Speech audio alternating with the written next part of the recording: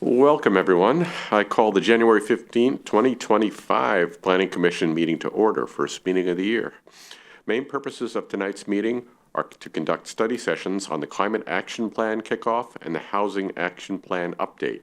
These two items will be considered separately. Before we move on to the agenda items, I'd like to acknowledge our hybrid meeting format. City of Bothell is providing the option to attend this meeting either in person or remotely via Zoom. Those participating via Zoom, the chat and question functions are not available to ensure compliance with the Open Public Meetings Act. We have a public comment agenda item at the beginning of the meeting. Please limit all comments to 3 minutes. Please note that the City of Bothell does not tolerate verbal harassment. Remember this during your comments. Public comment will be allowed both in person and via Zoom. Those wishing to comment via Zoom were asked to submit an online form by 3 p.m. People wishing to submit written comments were also asked to submit those comments by 3 p.m. Email was encouraged as well, and I do not believe we got notice of either email or intent to comment via Zoom. So those in attendance, although we don't have any in attendance this evening, may also make comments and have been asked to indicate their desire to comment on the sign-in sheets. The Imagine Bothell notice, city website, and tonight's agenda all provided information to the public for providing comments. The video of this meeting will be streamed live, as well as recorded and available for later viewing on the city's YouTube channel. The call-in number was provided on the meeting agenda for all members of the public who wish to call in by phone and listen live to the meeting. For phone-in callers, during staff presentations, staff will make every effort to specify which materials they are referencing so that everyone can follow along. At this point, we'll take a moment to acknowledge the presence of the commissioners. Commissioner Jones. Here. Commissioner Westerbeck. Here. Commissioner Lever is on her way. Commissioner Robson. Present. Commissioner Sills. Here. And Commissioner Gustafson. Here. Welcome all. It's been a while since we have been together. In addition, staff in attendance include Deputy Community Development Director Gates and long-range planning staff Cameron Colvin and Emily Nielsen. Lastly, before I begin, I'd like to reiterate some meeting guidelines for all meeting attendees. Please speak clearly and pause frequently. State your name each time before speaking. Mute your microphone when not speaking. If you are also streaming the live video feed, please turn the sound off as there is a delay. At specific breaks in the presentation, I will be calling on members who wish to speak or ask a question. If you want to speak, please indicate this by raising your hand. I will call on you as I see you. This will help avoid the problem of having two people speaking at the same time. Identify yourself before you ask a question, make a motion, second a motion, or participate in debate. And please mute your microphone when not speaking. First item on the agenda is public comment. The city has accepted visitor comment in writing as well as accepted sign-up sheets for those who wish to speak at tonight's meeting. And as I indicated, we have no indication of anyone interested in making public comment. So seeing, and no one checked in online, right? Nope. No, nobody's online, and Okay. yes, you're correct. Nobody submitted comments prior to 3 p.m. this evening. All right. So with that, we'll move on from the public comment to the approval of the November 6th minutes. Is there a motion to approve the November 6th minutes? Commissioner Motion Sills? to approve. All right. It has been moved. Is there a second? I second. All right. Commissioner Robson. Minutes have been moved and seconded. Any discussion around the November 6th minutes? Seeing none, all in favor of approval of the minutes? Aye. And the minutes are approved. Oh.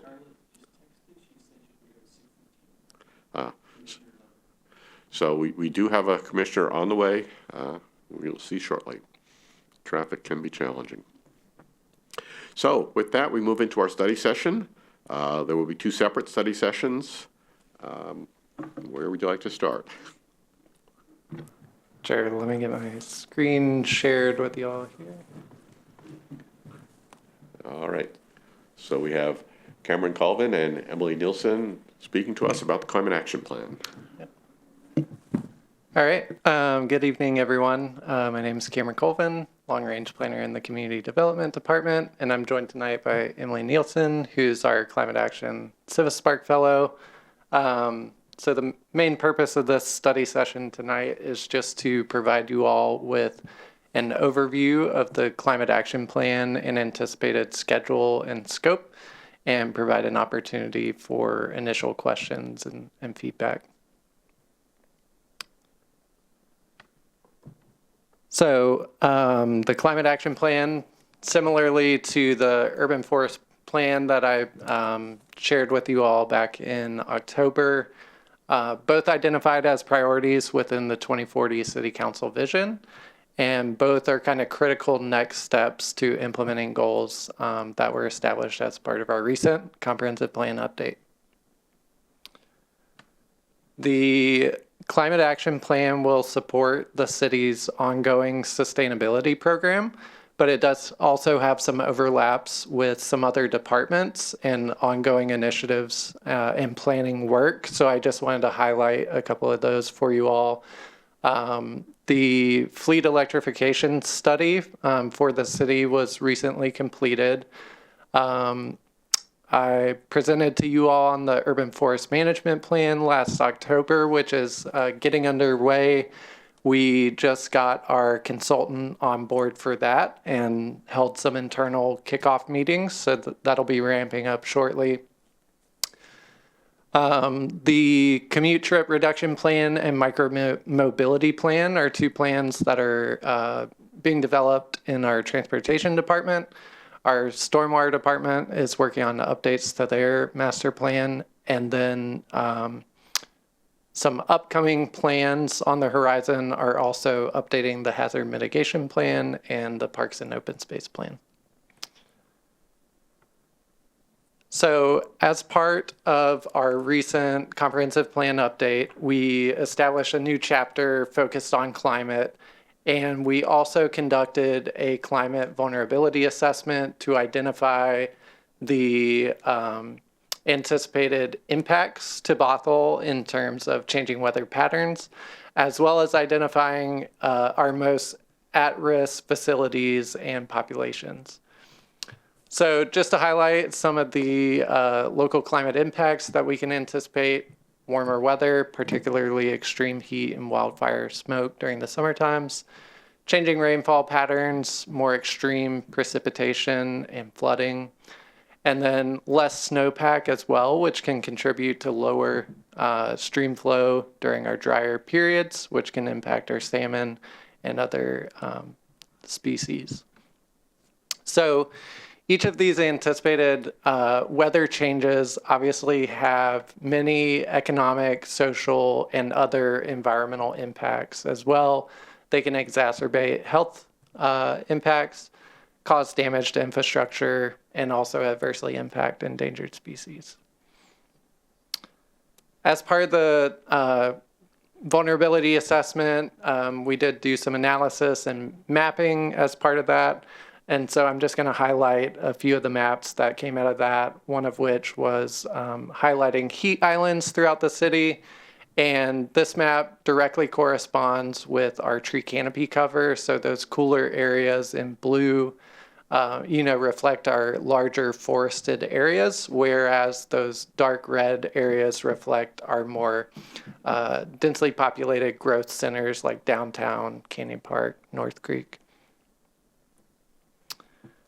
Another map from that assessment looked at existing floodplain areas and our critical facilities, such as schools, fire stations, police stations, and bridges.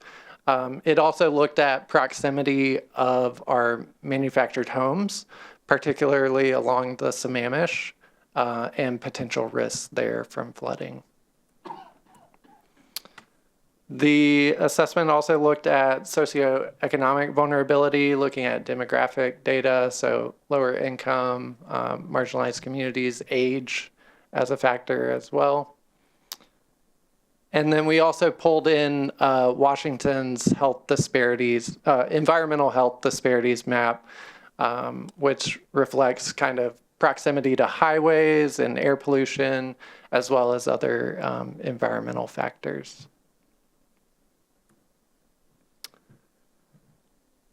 So the one aspect of the comprehensive plan update was establishing a new chapter on climate. A lot of the guidance and direction from Commerce was driven by House Bill 1181. And so that guidance primarily focused on two areas. So one, on reducing greenhouse gas emissions on the front end, and then two, improving resilience so that we can be more adaptive to the unavoidable impacts of climate change. So our climate element establishes an initial set of goals in both of these areas. And it also establishes some of the foundation for progress reporting that's required by Commerce on a 5-year basis. So at the time of the comprehensive plan, we had our most recent greenhouse gas emissions inventory is from 2019. So it's a little outdated and lots has changed since then due to the pandemic, changes in work from home. So we primarily relied on information from that, as well as an updated vehicle miles traveled from the transportation element to kind of guide our GHG reduction goals that came out of the comprehensive plan.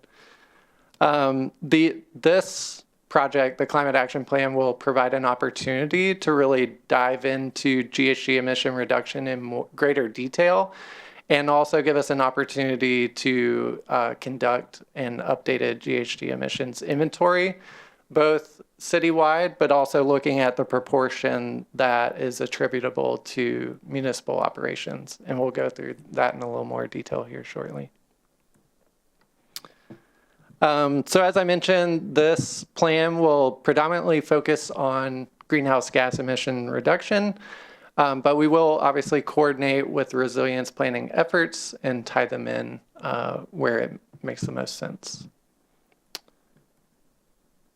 And this project is being supported by our Climate Commitment Act grant that we received earlier last year. That's also helping support the urban forestry plan, as well as the fleet electrification study.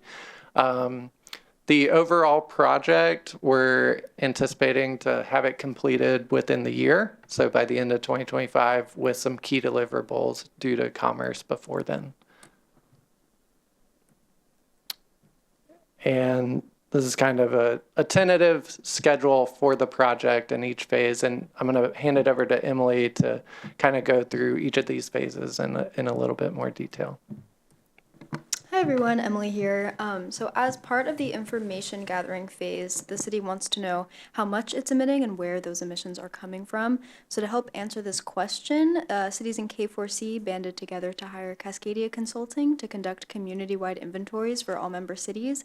And as part of that community-wide inventory, Cascadia will be documenting sources of emissions from the sources pictured for both 2022 and 2023, as well as updating the methodology for the 2019 emissions inventory that they conducted with PSRC to ensure consistency across those years.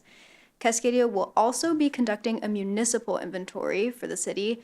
A community-wide inventory covers all emissions made within a community's geographic boundary, so that's Bothell city limits, whereas a municipal inventory is more of a narrow scope and focuses on emissions that are directly within the city's control. To give you an idea of where Bothell's emissions come from, we can take a look at this chart, but please note that it is not up to date with the retroactive updates that Cascadia will be doing, so take it with a bit of a grain of salt. But in the meantime, you can see that in 2019, built environment and transportation were the biggest sources of emissions throughout the city, and when we break that down, we can see that 65% of the natural gas emissions from buildings are from the residential sector compared to 27% in the commercial sector, and 85% of on-road emissions are from passenger trips compared to 16% coming from freight and service. We'll use these numbers to set informed targets, guide decision-making, and track progress over time. We are not creating this plan in a vacuum. State and regional laws impact what we can and can't do in Bothell and inform what we should prioritize at a city level. For instance, you saw in the chart that 37% of the city's total emissions come from electricity use in buildings.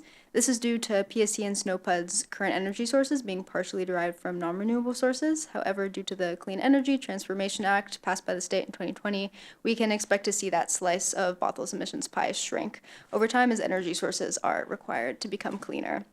We'll use these predicted changes to help model our expected emissions reductions, set targets, and use that information to inform which strategies to prioritize at a local level. We will also work to build upon policies outlined in the climate element and align efforts with other city plans like the fleet electrification plan, PROS plan, micromobility plan, etc., the ones that Cameron showed in the beginning. We're currently conducting a gap analysis to see what changes, for example, need to be made to existing codes or procedures based on goals outlined in the climate element. And any gaps that we find will inform the strategies and actions that we prioritize in the CAP. When I say CAP, I mean Climate Action Plan. After we have a list of strategies and actions, the next step will be to prioritize them for implementation. There's some variation, but for the most part, cities prioritize actions based on 3 primary factors, these being impact of the action, referencing their estimated greenhouse gas emissions reduction factor, the cost to implement, and the feasibility of implementation. So this is based on the regulatory and technological constraints that the city may be facing at the time, the amount of time required to implement, and the efficiency integrating the action into existing city planning efforts. Once actions are prioritized and the plan is finalized, it is time to implement. Cities can use an implementation matrix to outline responsible parties for implementing each action, the anticipated costs, and estimated timeline for completion of an action. In addition to internally monitoring these actions, we'll also anticipate establishing a framework to report out on our progress. For example, Shoreline completed their CAP in 2022 and released their first year in review document in 2023. The review shows progress towards goals and targets, highlights certain actions, and includes anticipated next steps for the following year. As part of the CAP, we'll determine how we want to go about tracking and reporting progress internally and externally to the community at large. Community input is an essential part of ensuring that this plan meets the needs and priorities of the community, and given that we're pursuing many different pathways and levels of engagement, we have the advisory group. The Climate Action Plan Advisory Committee just kicked off its first meeting this Monday. The committee's role is primarily to advise the city on our engagement strategy, implementation strategies, and optimize the CAP's usability in its final form. Make that an easily digestible document for the community. We recruited the committee through an open process. Applicants were asked to fill out an online application via Engage Bothell, indicating their interest, equity-informed approach, and relevant experience that they have with climate topics. It was promoted throughout Bothell's media channels and direct engagement with community groups as well. The committee is comprised of 23 members, and those include members with professional expertise in greenhouse gas emissions sector areas and climate action planning, those who are involved with connections to local CBOs, college and high school students, and others with a deep interest in community climate action. We'll also be conducting surveys. At the kickoff meeting, the committee helped advise the city on our first survey that is out now, bit of a plug. We plan to conduct 3 surveys, with this first one focused on identifying gaps and barriers to community participation and sustainability actions, and the second more focused on prioritizing actions. Workshops, these will also be informed with further conversations with the Climate Advisory Committee. But so far, there's been an interest in providing action-based workshops that help guide residents in taking climate action. These may include workshops on how to electrify your home, logistics about getting an EV, how to mobilize your neighborhood for community action. We hope to use these workshops as opportunities to empower folks to make change by providing them with the information and resources that already exist, connect them with local organizations, and get their feedback, of course, about the climate action plan along the way. We hope to make it a reciprocal effort. We'll be doing tabling, and throughout the process, we'll be using Engage Bothell as our online hub for all plan materials and engagement opportunities. So lastly, here's an overview of our engagement schedule. We plan to have the advisory committee meet monthly, surveys spread out, and workshops clustered close to when we'll be having conversations about action prioritization. And that is, oh, and the survey number 1 is available now. So if you have the chance, please visit our Engage Bothell page and you can take that first survey today.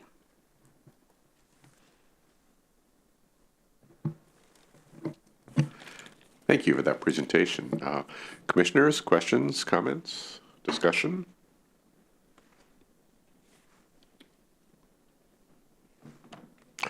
Commissioner Sills. Yeah, thank you. I'm wondering for the surveys, are you asking about the community-wide effort or is it more the municipal actions as outlined in the climate action plan or that you planned? For this first survey, we're primarily looking at community-wide actions. So this is any barriers folks face to home electrification or efficiency measures, taking a look at how people use transportation and any barriers there, et cetera. And then more internally, we'll be looking at those municipal efforts, but we also, of course, want to see how the city can help folks meet those gaps and help them achieve sustainability goals in their own everyday lives. Mm-hmm. Yeah, kind of related to that. That was a question that came up at our advisory committee meeting last week as well. They were like, well, we have an opportunity to provide input on, internal actions as well. And so, yeah, once we have the results of that municipal GHG inventory, we plan on sharing that out. And yeah, that'll be an opportunity. Yep. Commissioner Robson.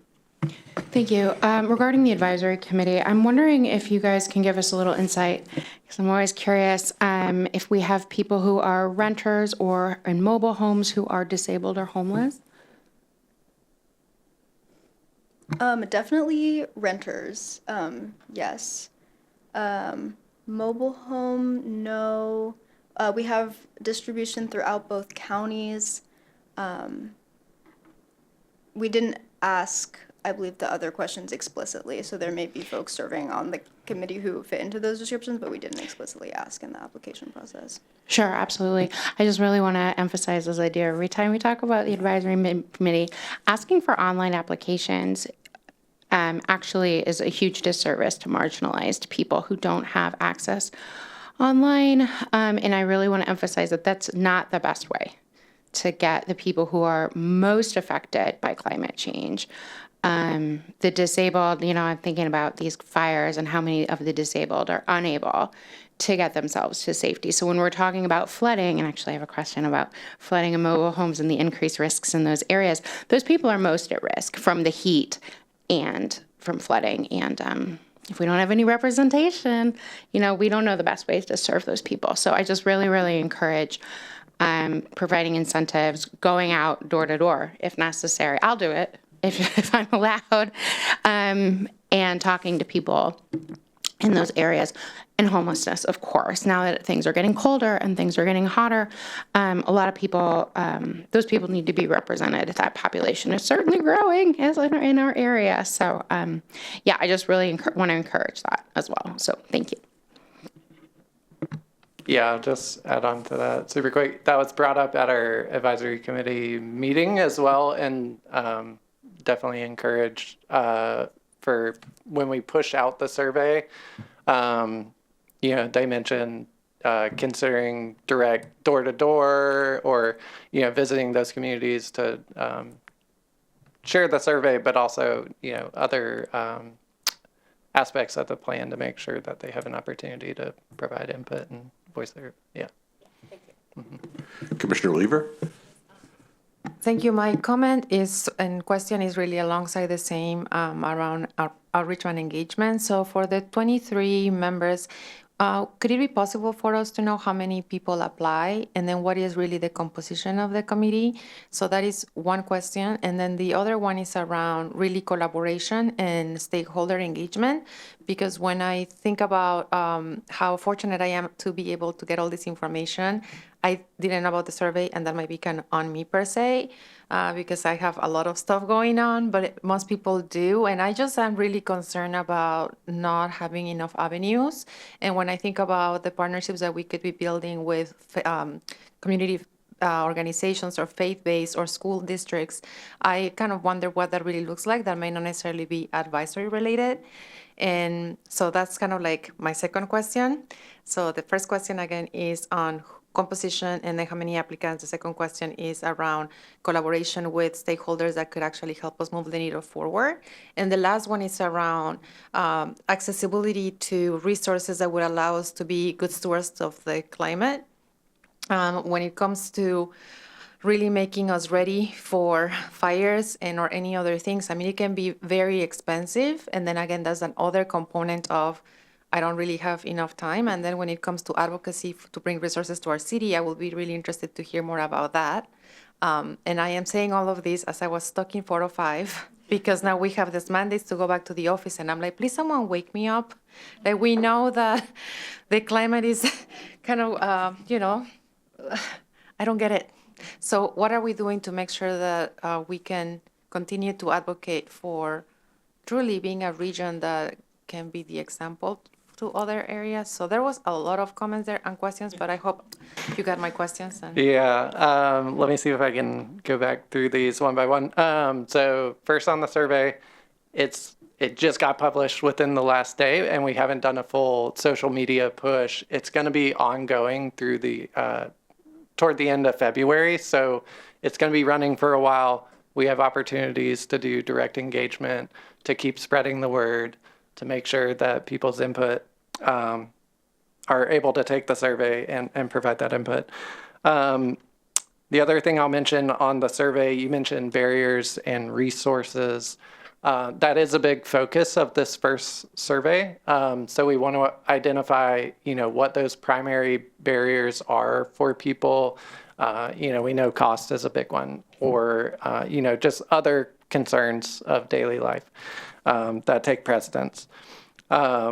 And so there are several questions within each of kind of the topic areas: transportation, buildings and energy, waste reduction, that kind of focus on those. And it also asks, what additional resources could the city provide to help make this less of a barrier? So, yeah.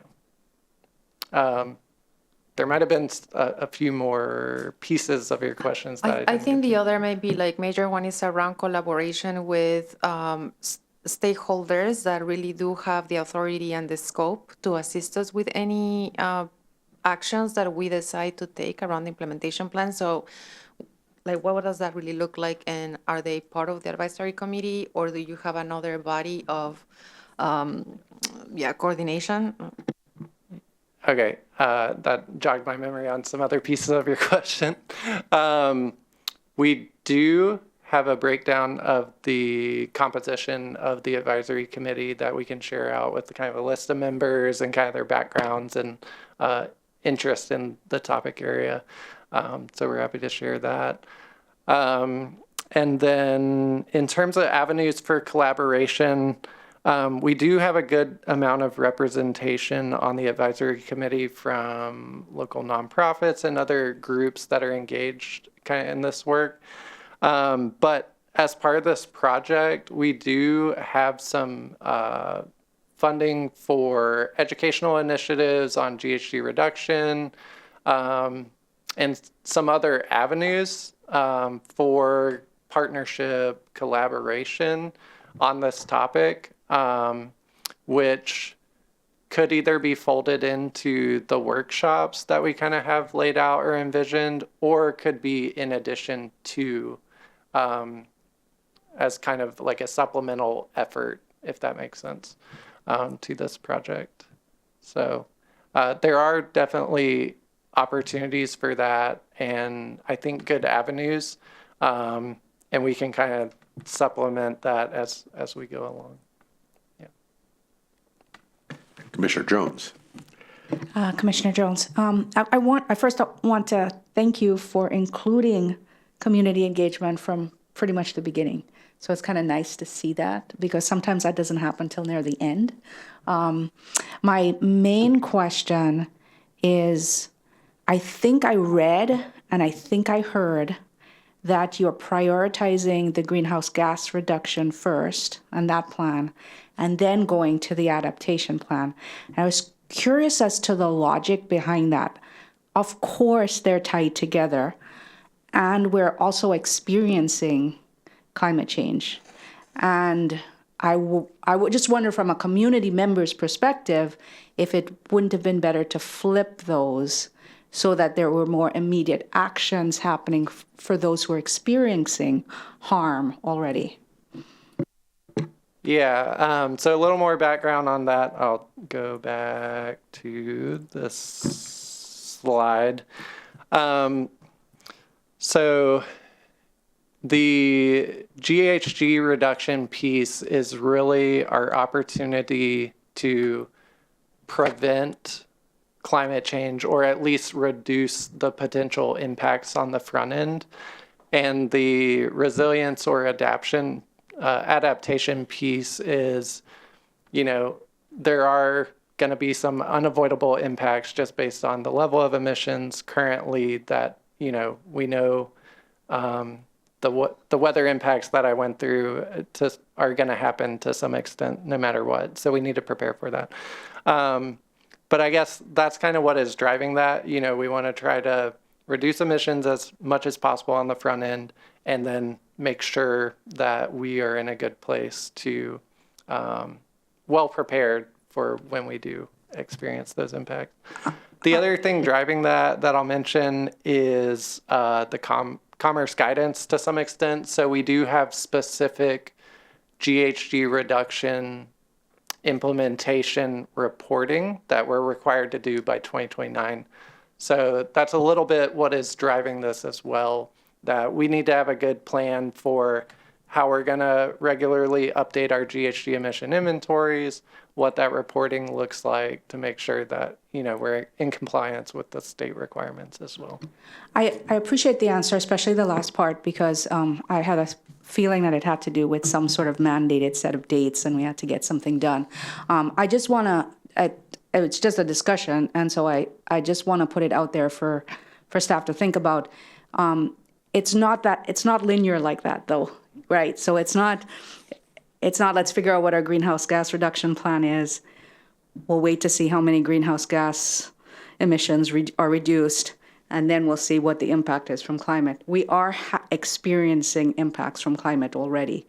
And I also understand that resources are limited as well in terms of doing everything at once. But I would ask the city in general to consider some of the actions that we can take to alleviate some of the things like the most vulnerable people who are affected during extreme heat events that were already occurring.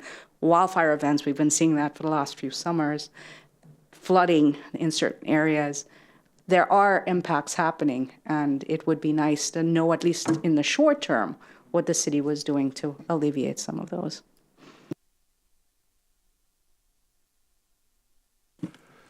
Other commissioners? Commissioner Robson. Thank you. I have just a few other questions for clarification. You had up there, working with nature. Can you just clarify a little bit what that looks like? Sorry, are you referring to this slide? Yeah, so this is just a demonstrative graphic, I believe, from the comprehensive plan to kind of lay out how the sub-elements work together and some of the overlaps. In terms of the scope for this project, there are overlapping pieces with the urban forest management plan, which is going to cover a lot of the tree canopy piece, heat reduction, sequestration. That's kind of how we envision those working together. I have one other question. Again, this is another clarification question. So I'm just wondering, in general, how is our budget going to be affected by maybe some of the budget cuts happening under the new administration as they refine their budget? I'm not sure, now that we have grants or are scoping out what we will get and be able to achieve, how does that relate to, I don't even know how much of our money we get federally, because I know it trickles down through the state. And are you guys looking at that at all? How does that work? Just calm my soul. I'll touch a little bit on this grant, and then Christian, I don't know if you want to jump in at some point, but so our funding for this project is secure. That is 100% secure. In terms of what we're able to do afterwards and implement, that may be more of a like budget, staff capacity question once we get to that point and we've identified, what the community priorities are. And we could look at getting those done in a number of ways if we do need to pursue additional grant funding. Obviously, with changes of administration, there may be less dollars available. And so then we could look to other types of funding strategies to support those efforts. But Yeah, I don't think I have anything else to add to that. We'll given that this is fully funded, we will evaluate potential other sources in the future if they do become available. But it'll be an exercise in what comes out of the climate action plan and how can we move forward and potentially have to prioritize given our funding that we will have in the next biennium. Commissioner Lever, then Commissioner Robson. Thank you. So I was paying attention and multitasking. So I just completed your survey because I wanted to make sure that before I gave any feedback. So I just kind of really think about the digital gap in almost like the education component. So there's so many things that I may or may not know. And again, like I'm pretty fortunate to be learning all the time from the best over here. So when it comes to the collaboration with community-based organizations or the school district, I don't know what's the best way of supporting the city because there's definitely that need to provide assistance. I mean, there's some questions. I really appreciate the questions on demographic information. So it'd be wonderful to get maybe like updates that you can provide so that I see that you're going to be closing in 5 weeks.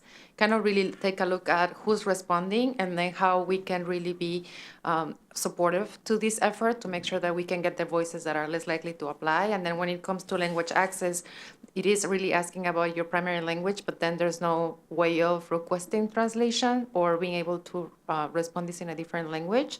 So again, just maybe thinking of those underrepresented populations and any ways that, I can help. I sign up to receive updates, but please know that I want to make sure that we can support your efforts. Thank you.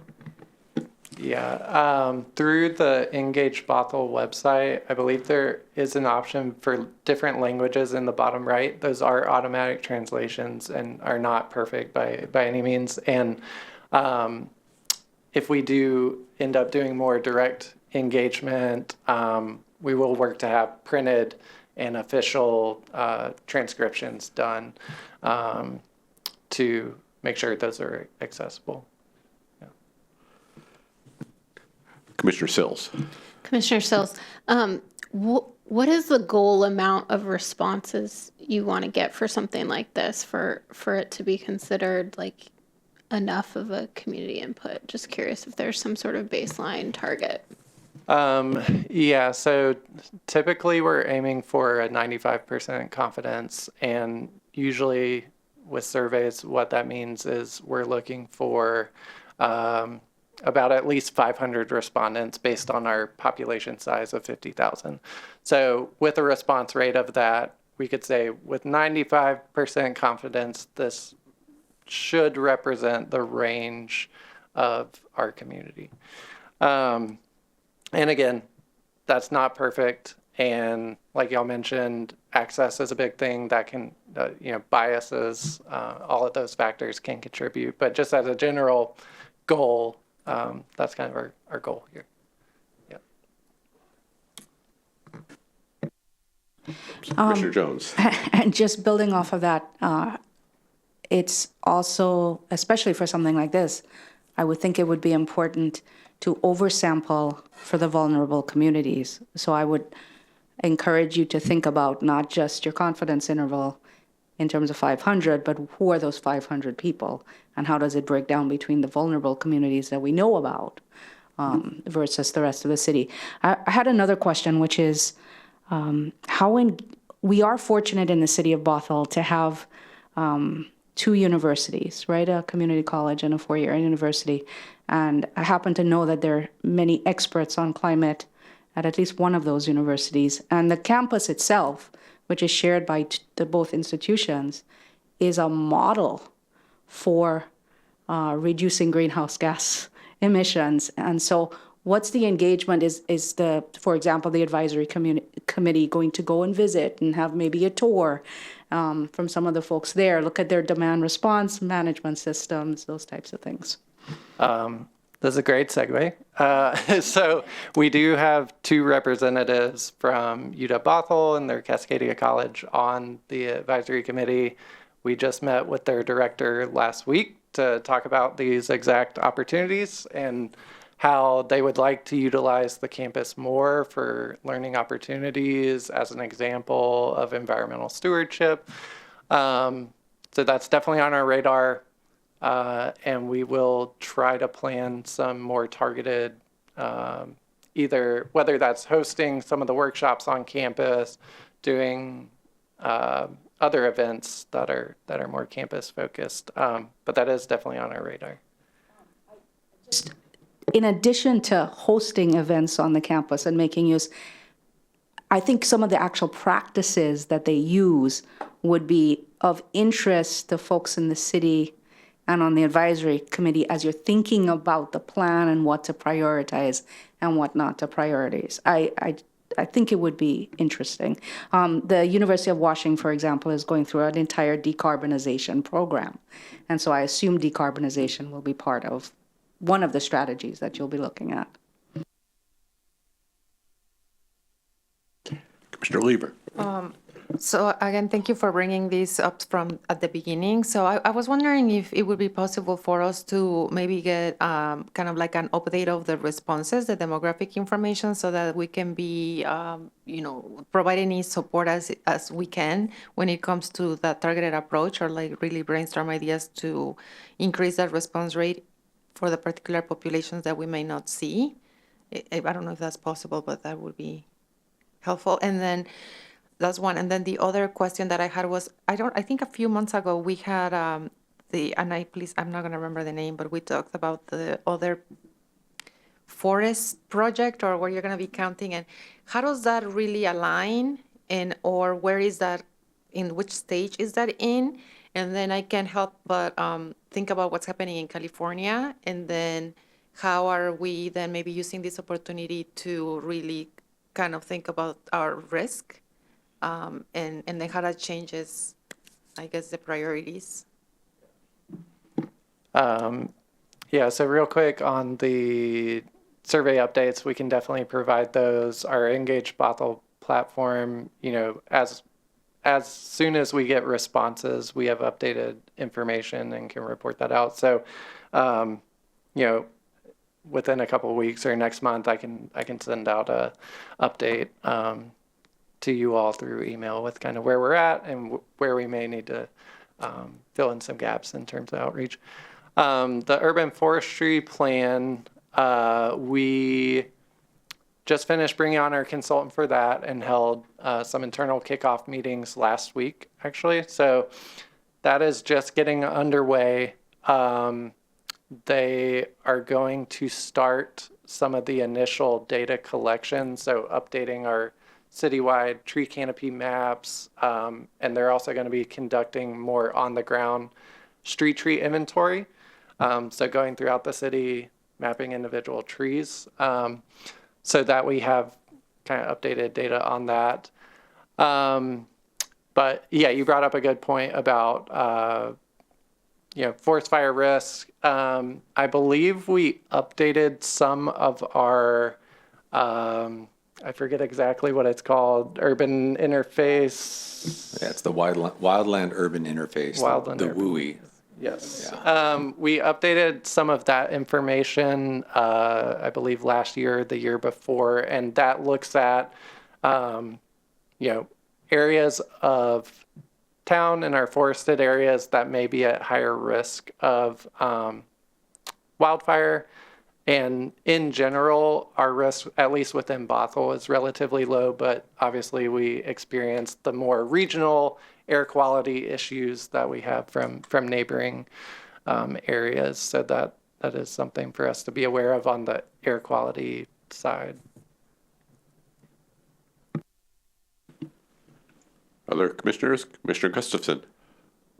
Hi, Sarah Gustafson here. I've really enjoyed the conversation about some of the very specific actions and models that we can take to reduce our greenhouse emissions, including our own places of learning. My question is more abstract right now. For the greenhouse gas target, what inputs do you look at to calculate this? How does this change as our population changes? Are there rewards if we meet the target? Are there consequences if we don't meet the target? Thank you.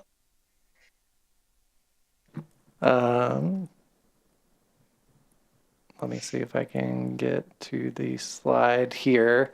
So this graphic kind of provides a general breakdown of what we look at in terms of the greenhouse gas inventory and what data is incorporated in that. I don't have a more detailed table, but it looks at on-road and off-road transportation, buildings and energy sources, electricity generation, refrigerants, as well as waste sources. Some of that is pulled from regional utility providers. Some of it is it's pulled from various sources, but essentially is tabulated within a spreadsheet and kind of calculated out that way without getting in too much in the weeds on that. But Cascadia Consulting, who is conducting the GHG inventory through our partnership with K4C, they have established good protocols and methodology that they've applied throughout Western Washington. So many of our neighboring jurisdictions followed the exact same methodology. And this is also guided by some of the national and international guidance from ICLEI and other organizations like that. So. Great, thank you. And then the second part of my question has to do with accountability. How will we be held accountable for the goals we set ourselves? Yeah, so I touched on that our GHG reduction implementation is part of our 5-year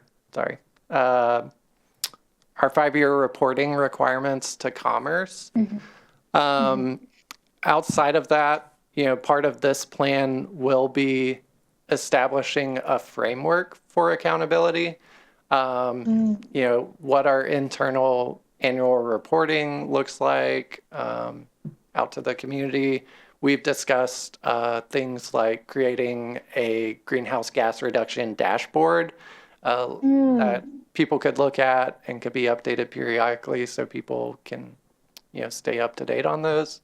So there's a couple of different avenues that we can take in terms of, making sure that we stay on track and how we share that information out to the broader community. Yeah, that's great. I like the idea of a dashboard. It seems that the more that we can prove that we're meeting our greenhouse goals, the more resources might be available for the adaptation, but I don't know if the funding works like that. Other commissioner comments? All right. Well, thank you for the presentation. Just as an aside, I wouldn't discount the vulnerability of the city to fires in our wildlands. There were fires in parks in Upper Manhattan last year, which is a whole lot more urbanized than we are. So the risk is very real. So, but thank you. Seeing no other comments, I guess we'll move on to our Housing Action Plan update.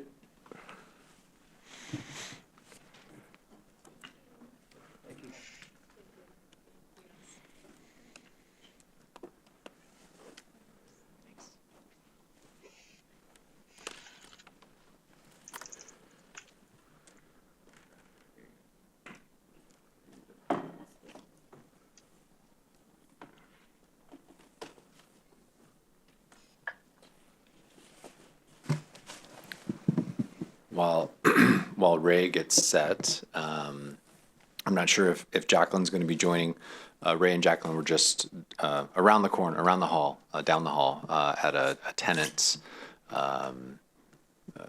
protections discussion. So one of two roundtable discussions, one with landlords, one with tenants, put on or sort of coordinated by our executive office, Anand, through Human Services.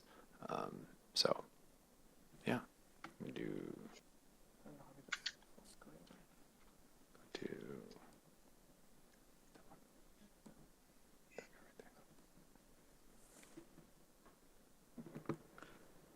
Test is working. Okay. Hi, so everyone, my name is Ray Sosa. I'm a senior long-range planner here at Community Development, and as Christian said, I was right now in a focus group with our tenants, and so I've heard a lot of feedback. A lot of them are from mobile home parks, so we got a lot of valuable feedback, and that conversation is still ongoing right now as we speak. So we'll be interested to hear what my colleagues says after the conversation is over. But tonight, I'll be talking about the housing action plan. So I'm here to provide just a quick briefing on the housing action plan, where we're at with that, and looking at just making sure that we can get your feedback on our project phases, project schedule, and our community engagement approach. So no actions are required other than just getting that feedback. So just a little bit background on our housing action plan. So in 2018, we had a housing strategy plan that was adopted by the city of Bothell. And then flash forward a few years later, the Washington State Legislature passed HB 1110, which increases the middle housing in areas traditionally dedicated to single-family detached housing. Then later that year, HB 1110 became effective. Same year, we adopted Ordinance 2407, which amends the text of our 2015 Imagine Bothell Comp Plan to allow middle housing in all residential zones. Last year, we worked on our comprehensive plan. Our first draft was published, which meant we have to update our housing action plan, and then we adopted our housing comp plan last month. So now we're here working on updating our housing action plan. We're well underway under it, and then on this, and in summer of this year in June, we have a deadline for the city of Bothell to comply with HB 1110. So as part of the housing action plan, we're going to make sure that we are in compliance with our middle housing ordinance. And so this housing action plan, as I mentioned, last time it was updated was in 2018. And so a short-term deliverable of the comp plan, of the 2024 comp plan, is to update that housing strategy, which now we call it the housing action plan. And this plan will examine existing housing policy and design new strategies and improvements to current efforts addressing the housing crisis citywide. So as part of the schedule and project basis for the housing action plan, you hear me call it the HAP, housing action plan. They're both interchangeable.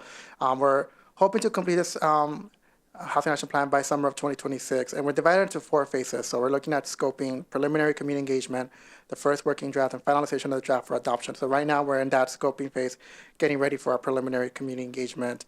And so the timeline is to begin our community engagement process sometime in midwinter of this year and continue the community engagement process throughout other phases of the project up until adoption. And so for our community engagement approach, we're looking for authentic and targeted community engagement, making sure that, because we know that will ensure that the housing action plan reflects the needs and desires of the Bothell community.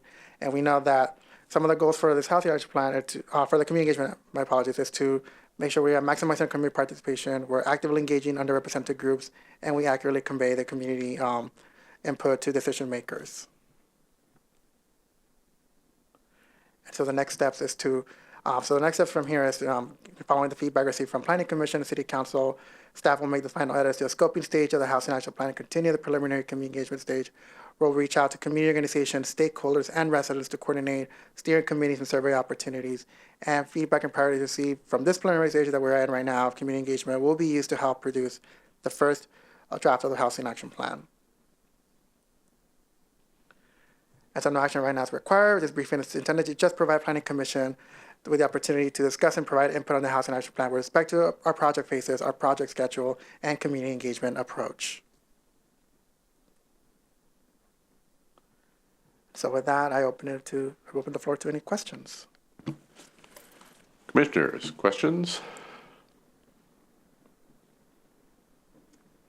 Commissioner Robson.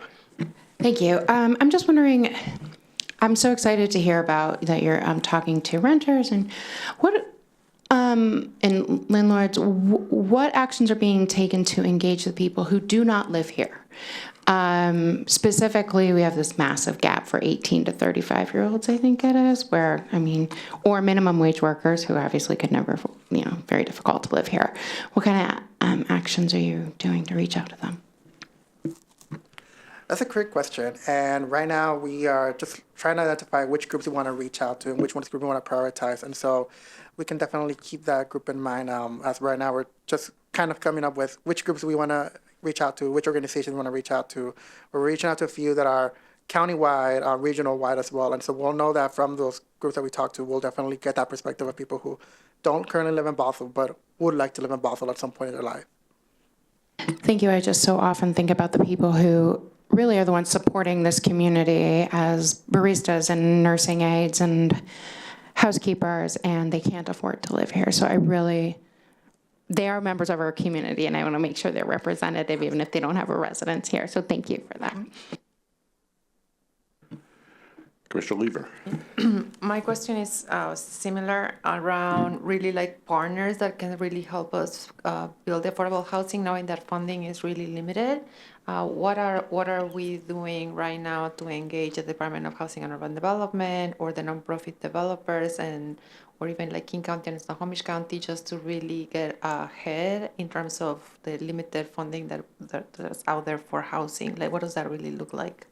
So, sorry, I'm understanding the question. You're asking if we are in talk with some of these organizations and seeing if we can secure that funding. Mm-hmm. So we've already met with ARCH, the Original Housing Coalition, and so so after meeting with them, we do want to branch out to other organizations like you said, HUD, and like the state as well to get the conversation going. There will be key stakeholders in this plan and ensuring that we are in compliance with any policies and we can identify any potential grants that we might be able to apply for. That will help us with some of the objectives that we listed out for the HAP, the Housing Action Plan. Yeah. Commissioner Jones. So I think I remember a meeting, maybe, I don't know, maybe it was September or October, where one of the commissioners asked if we were starting to see more building permit applications, et cetera, based on middle housing. Do you have any kinds of updates on that? Like, where are we at? Are we starting to see an uptick? Of course, the Housing Action Plan is intended to help us see even more of an uptick. So just curious.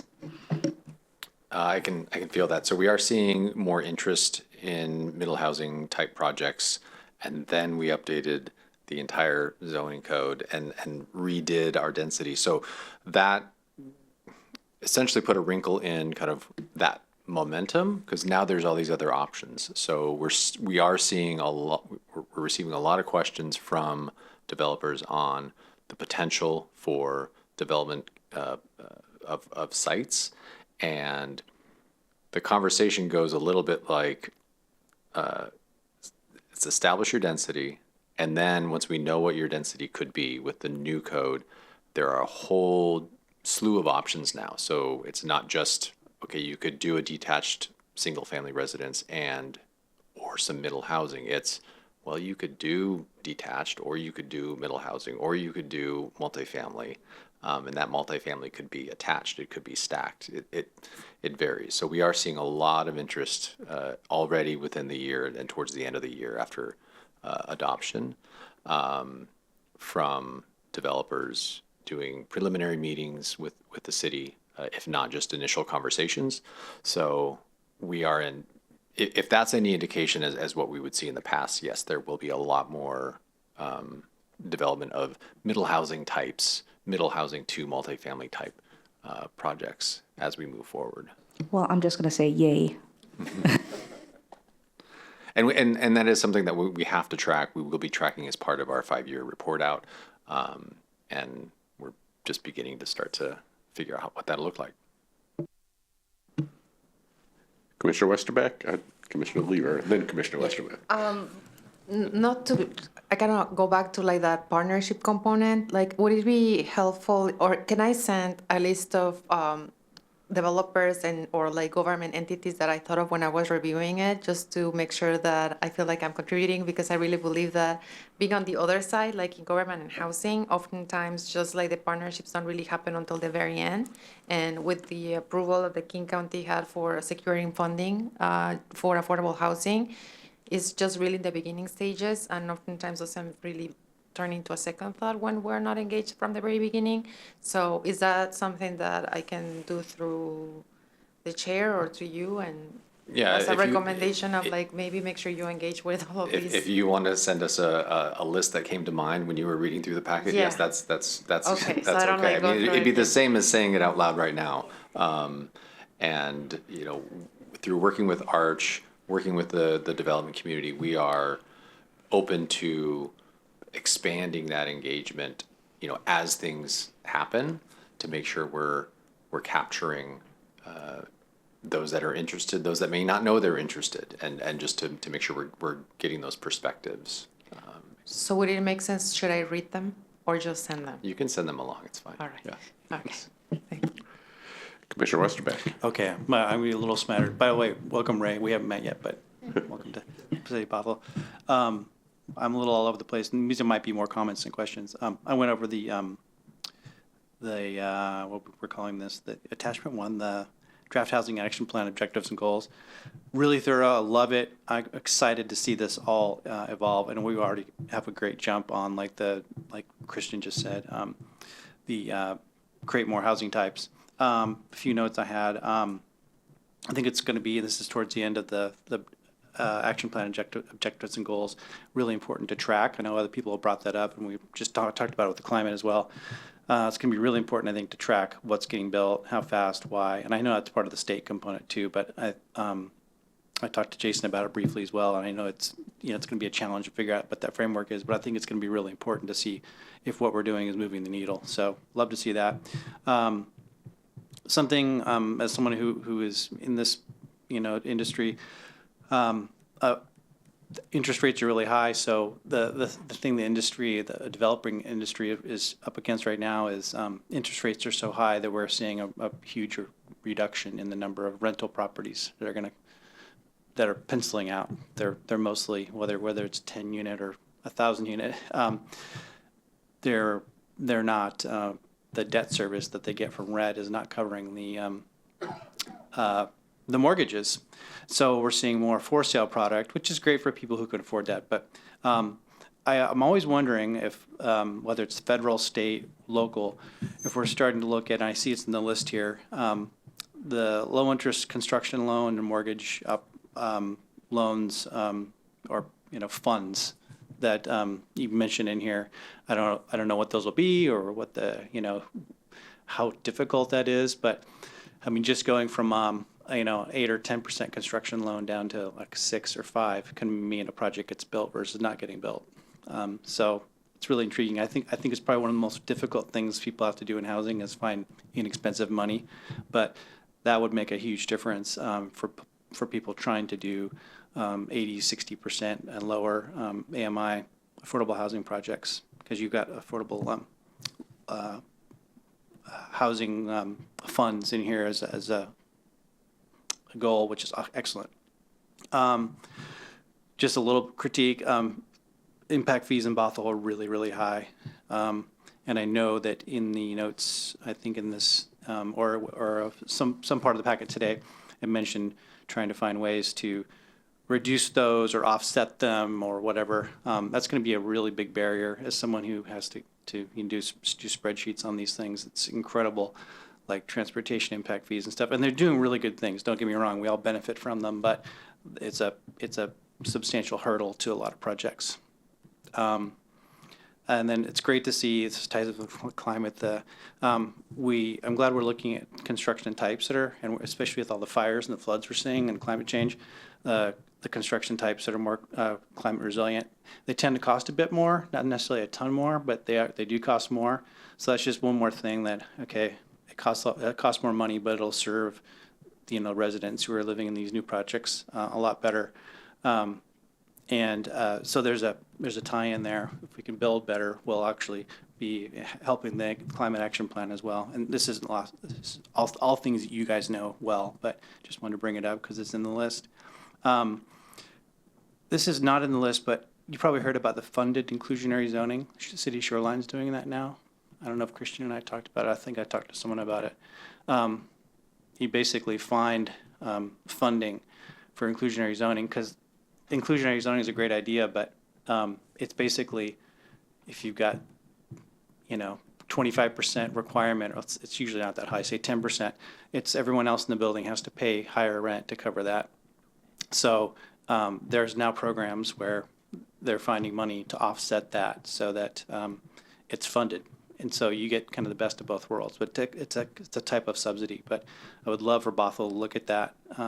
Shoreline either has done it. I keep being told or read that Shoreline's done it. I don't know if they've got projects on the books or if they've already actually achieved that.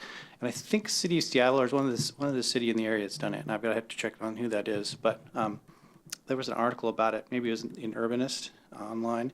And I was like, wow, that's really cool. Maybe it was Sightline. Actually, a Sightline wrote an article about it. Yeah, Katie, Commissioner Sills knows about it. And then I've long been a part of the Development Services Advisory Group, which meets tomorrow for the first time in a long time. So I would say, it's builders, developers, architects and stuff, lean on us harder, because I'm part of that. We know where the pinch points are about whether we can actually build something or not. And there's enormous amounts of knowledge, and people love to hate on developers and builders and stuff, but they can tell you, like, hey, this didn't pencil out because of X, Y, Z. So there's a lot of knowledge there, depending on who you're talking to in the group. So just some of my comments. I love to see this. I think it's really thorough. I think it's going to yield a lot of fruit. And again, ties in really well with the climate action plan that we've got going as well. So they're symbiotic. Thanks. Appreciate it. Other commissioner comments, questions? Commissioner Robson made reference to the 18 to 35-year-old gap, and I can speak to it based on personal experience. I've got 3 kids in their 30s. None of them live here. None of their friends live here. People graduate and they just can't stay. So it is real. And one thought to get to those folks is maybe looking to the high school alumni. If you could reach out somehow and get to those folks, that might be an idea. But we've looked at demographics before, and there's a dip there. There's no question. Mr. Lever. I just had another thought about really kind of survey fatigue. So when it comes to all the feedback that we requested during the planning process, and then what we just heard, and then now this one, how do we perhaps, is there any way that maybe some of the questions or some of the outreach can be sort of combined so that it's not so repetitive and to the same people?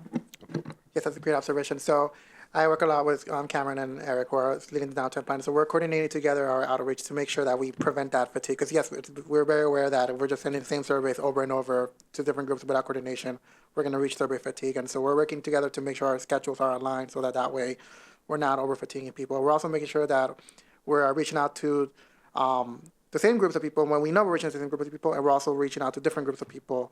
So we're not reaching out to the same person 3 times, and they're hearing from the 3, because they're an individual. They don't see, they don't see housing action plan, they see climate. They just see City of Bothell, City of Bothell, City of Bothell, City of Bothell.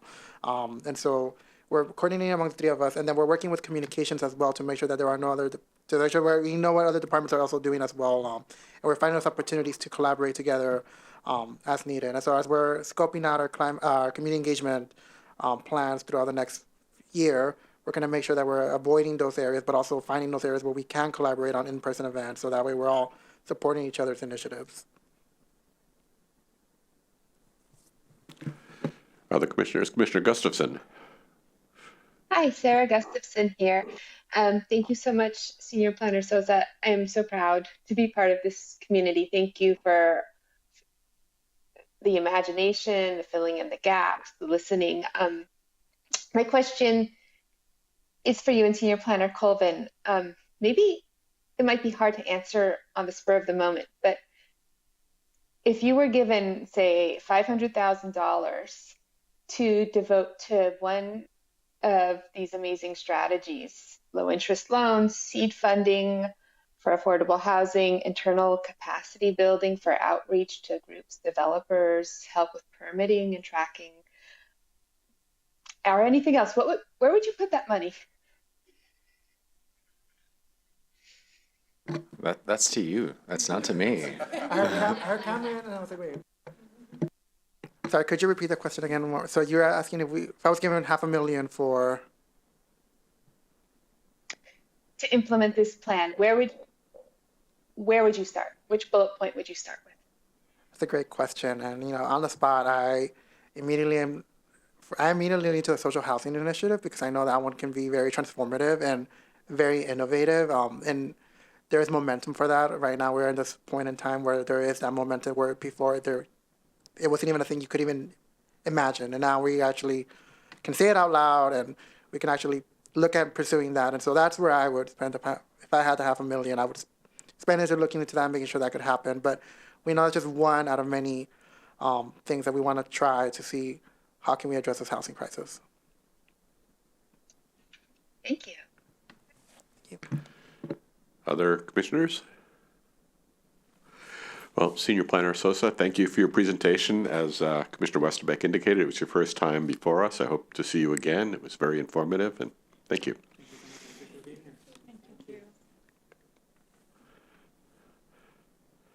So moving along, it's time for reports from members. We haven't met in a while. If folks have some things you'd like to share with the group. Commissioner Jones. I don't have anything to share, but I was wondering if this is time to ask a question. Sure. Sure.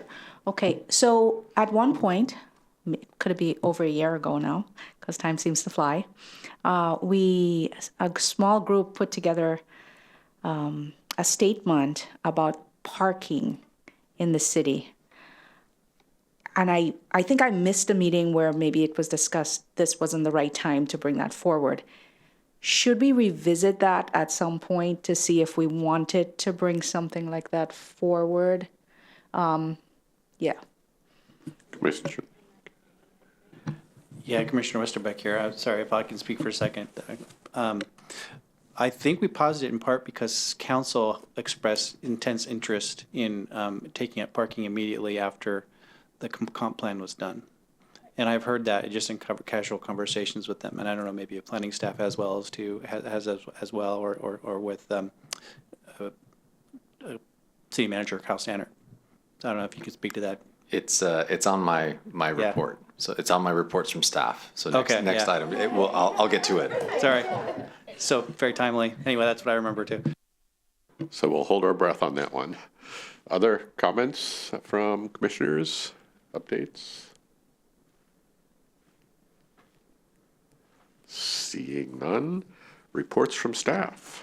Yeah, so with a busy year or 2 years, wrapping up with comp plan and code update, we are shifting gears and we have a very busy upcoming schedule. So we've got several major plan updates, several code amendment projects, just BMC code amendment projects. So some of the plans, like here tonight, climate action plan, referenced the urban forestry management plan, and then housing action plan. Also going to begin working on the downtown sub-area update, which we omitted from the comp plan work, other than some of the general updates. So those 4 major plans are at their various stages of commencement, and will be coming back throughout the spring and over the next couple of years, with some of them having specific wrap-up points, like housing, to make sure we align with the resolution that council gave us direction on last April or March to explore compliance with HB 1110 as a Tier 1 city, even though we are not a Tier 1 city. So there's that piece, but then other work that will continue on.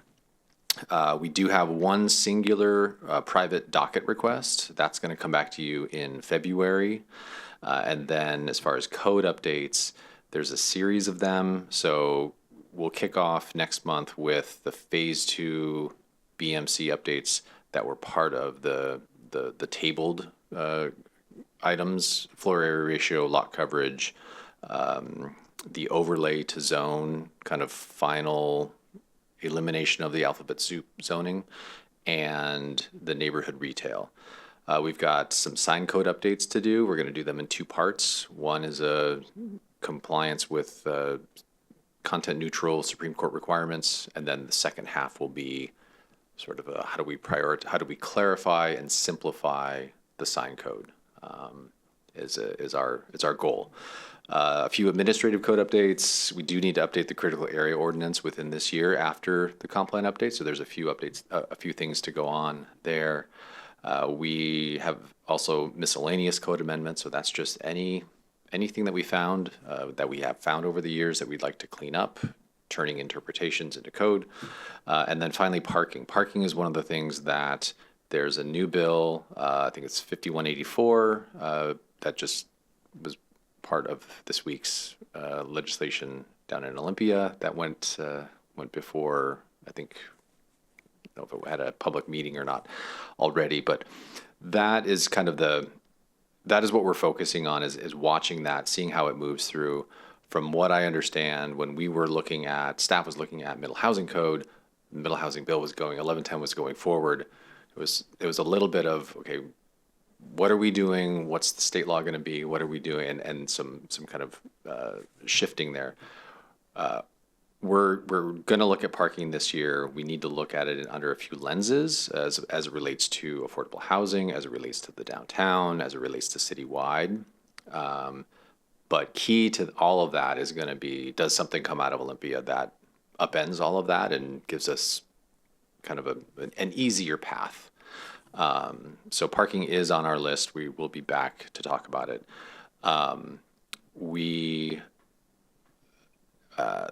Let's see.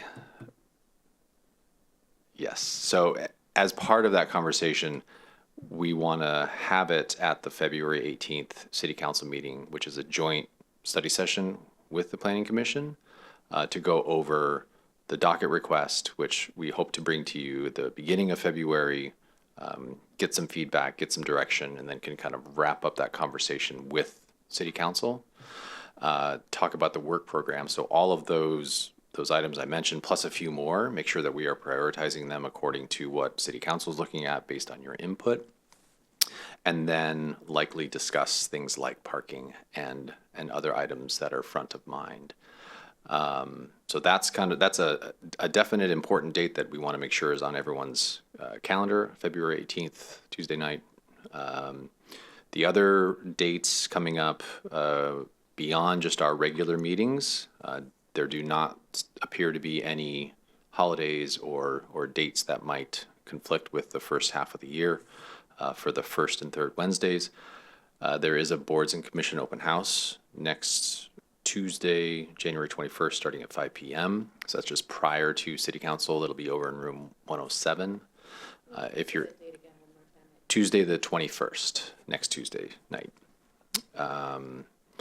I've never been to one of those, but I believe it's the opportunity for anyone interested in serving on a board or commission to come chat with existing or previous commissioners or council members. So those are some of the upcoming dates. There's a lot that we're looking to get through. We're trying to prioritize it and come back to you as well as council to make sure that we are we're moving forward with what we've been tasked with doing, what we have to do based on any recent legislation. There's a few things that we're still working to clean up before June this year in the code, so those will come back to you. So we plan on having a pretty busy first 6 months of the year, hopefully making it very clear on the why. Why are we updating the sign code, or why are we updating this other code, so that it takes some of the confusion or guesswork out of it and streamlines it a bit so that we can focus on items like housing action plan and have those very rich conversations. Commissioner Robson? Thank you. What we had been talking about last year that Commissioner Jones was mentioning wasn't specific necessarily to the parking codes for development, but the importance of parking enforcement from the city to make those codes effective. So when you're talking about these new parking changes, does that, I mean, parking enforcement is a very different animal. Would that also be covered in these new updates that you're talking about, or is that something we should maybe address separately as a commission?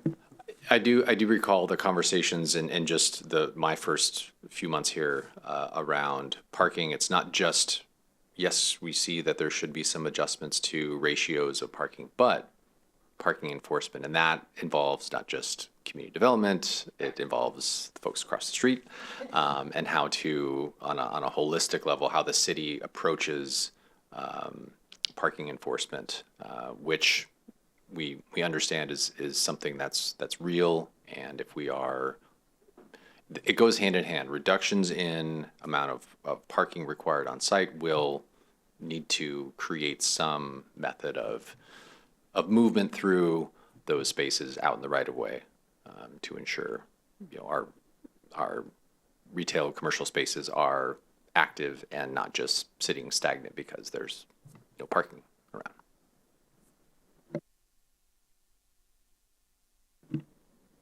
That it? All right. Commissioner Robson. So along those lines, I'm just wondering if we as a commission want to state our, valuing parking enforcement, if we want to wait after our joint meeting and just in February and say something when that comes up, or if we want to address them specifically through a hardcore, go back to that documentation that we had been talking about. Commissioners, thoughts? The eye roll. Commissioner Jones. I don't know what the right timing is, but I do think it's important for us to affirm the wonderful work to densify the city in terms of housing, which is critically important for all the many reasons that we've already talked about for over a year. And we do not, I'm not going to say enforcement. I'm going to say that it, to the average citizen average person in the city of Bothell, it does not appear as if there's a parking plan or parking management plan. Right. And so I think that needs to be stated, because that is a source of friction with people who are also supportive of densification, but there's a source of friction there, and that could impede some of the work that we're trying to do. But I don't know what the right timing is, because I don't know the agenda, for example, for the joint meeting and those. I didn't even have it on my calendar, so I just put it on there. So, yeah, so the joint study session might be a great opportunity to have that broad conversation, as we will be looking at the work program, the work plan for the next 5 years. So it's going to identify, here's what's on the short horizon, here's what's on the long horizon. So that may be, the opportunity, whether we talk about it here as part of the docket request and work program, or holistically with City Council, because there's a lot of cross connection between the two. Commissioner Westerbeck. I'll just add, because I'm the nerd here. It's one of those Dr. Donald Shoup principles that you have to have the parking management plan in place before you try to reduce parking downtown, because you need some order, a plan. Because right now we have people on my street parking their car for, I kid you not, 3 weeks at a time. They go off on vacation, and it says 2 hour all over the city. So we have zero enforcement. And I think I was talking to planner Nick Schmeck about this, that this has been on planners' minds here at the city, because we looked at this 8-9 years ago now, 2016, 17. They began some studies and had some money to look at the parking management plan downtown. And one of the things they found was that it was going to cost more than it was going to bring in, as far as the enforcement element. And we might have talked about that here. But anyway, I think you hit the nail on the head. It's a parking management plan, and it kind of has to come along with or coincide with reductions elsewhere, so that people aren't overly taking advantage of that parking on the streets or the free parking, which is an asset and a resource. And again, that's one of those Shoupian things. Like, there's millions and millions of dollars worth of free parking and free land that we give away, and to harness that somehow and control it to give everyone a better experience when they come into town. Yeah, Commissioner Jones, well said. And I would say it's not just taking advantage of parking on the street for very long periods of time. It's also parking on the sidewalks and other places. Yeah. Commissioner Upson? You know, we could go on for parking, like, for the next 2 days, guys. Like, if we were to tally our hours, like, so let's defer. It's like our favorite topic. Let's defer. So I like to defer to staff. If he says we should bring it up when we have the joint meeting, we can talk about it then. And yeah, and then we can go home tonight. Okay. Sounds good. I'll resist further comments then. So I believe we've come to the, yep, Commissioner Gustafson. Sarah Gustafson here. I couldn't agree more. Do we have a designated person who will say parking management plan if it doesn't happen to get on the agenda at the next council meeting?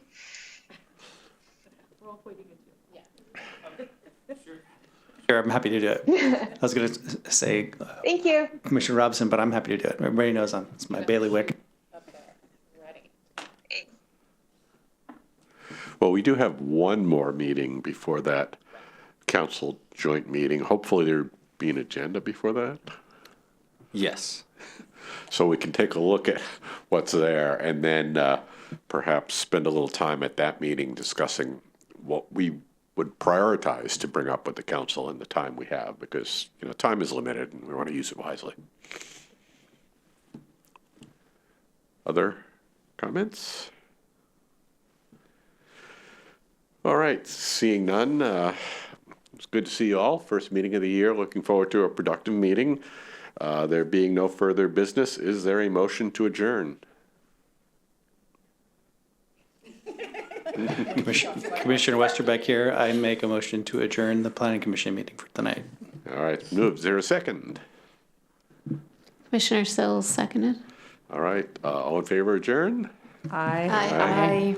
All right, this meeting is adjourned at 7:27. Our next meeting will be February 5th. Again, have a good night. Good to see you all. Yeah, bye. That's all. Thanks, everyone. Bye. Yeah, fun to get back to it.